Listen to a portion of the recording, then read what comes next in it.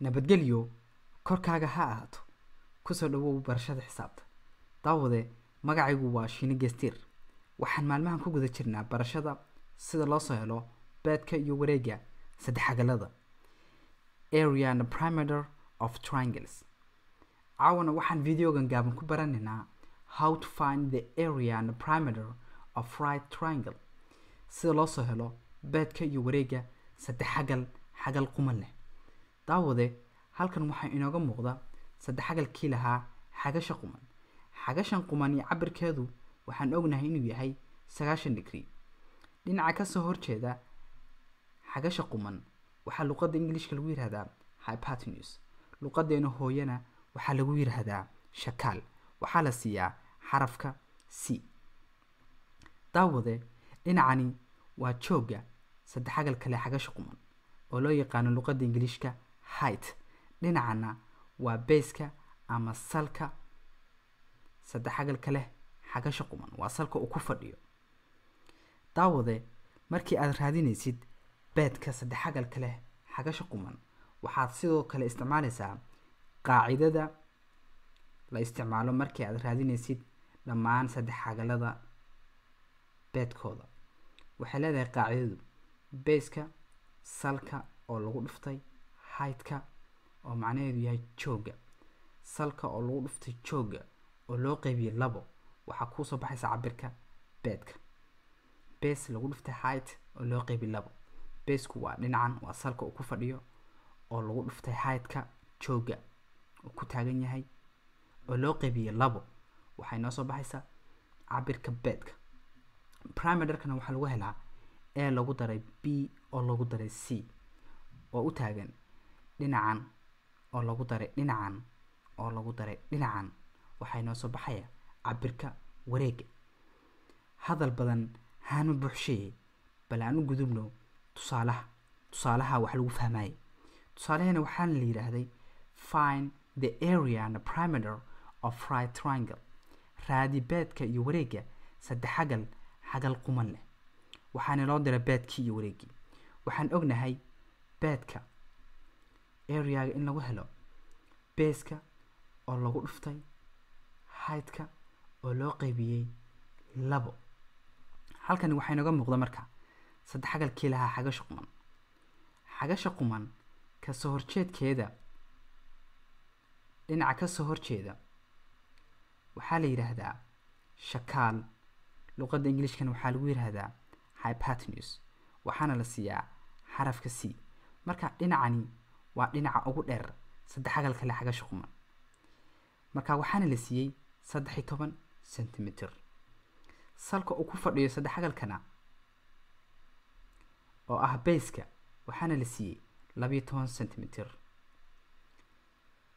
waxaan looga baahan yahay inaan soo helno height-ka saddexagalkan leh xagasha quman haddii aan height-ka soo helno oo ah dhinacan waxa inoo suurtagelaysaa inaan soo helno beedka daawade inaan soo helno height-kan oo ah dhinacan waxa ina saacidaysaa xisaabta loo yaqaano Pythagoras theorem iyadoo dhahaysa aragtiinka Pythagoraska a laba jibaaran oo lagu daray b laba jibaaran waxay la mid tahay c laba jibaaran waa dhinacan oo laba jibaaran oo lagu daray dhinacan oo laba jibaaran waxay la mid tahay dhinaca ugu dheer oo laba jibaaran waa hagaag halka markaad joogtid a laba jibaaran baad dhahaysaa a ma haysano moogtahay a marka waa height-keeni ma haysano a laba jibaaran oo lagu daray b laba jibaaran oo haysano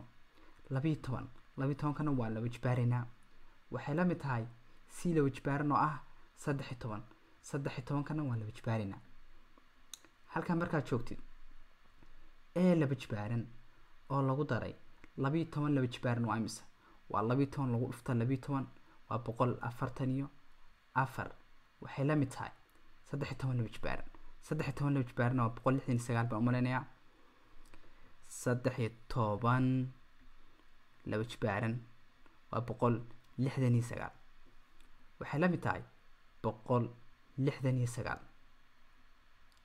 si aad a u soo heshid waxaad samayn kartaa laba qaab. xisaabtan aljabrada ayaad xalinaysaa. waxaad dhihi kartaa 144 waxay wadataa calaamadda plus. Tan ayaa waxaad u bedeli minus, waxaad ka jari 144 dhinacan. dhinacana waxaad ka jari 144. marka bay noo soo baxaysa. laba jibaaran waxay la mid tahay 144 iyo 144 waa isla duulayaan. 169 laga jaray 144. haye kala jar marka 169 laga jaray 144 waxay la mid tahay 25. laba jibaaran marka waxay la mid tahay 25. si aan keligeed u soo helno daawade waxaanu looga baahan yahay inaan ka saarno dhan walba xididka. square root kan ka saarno dhan walba. square root ka iyo laba jibaaranka waa isla baxayaan. keligeed ayaa halkan nooga soo baxaysa. keligeed waxay la mid tahay 25 laga saaray square root oo ah 5.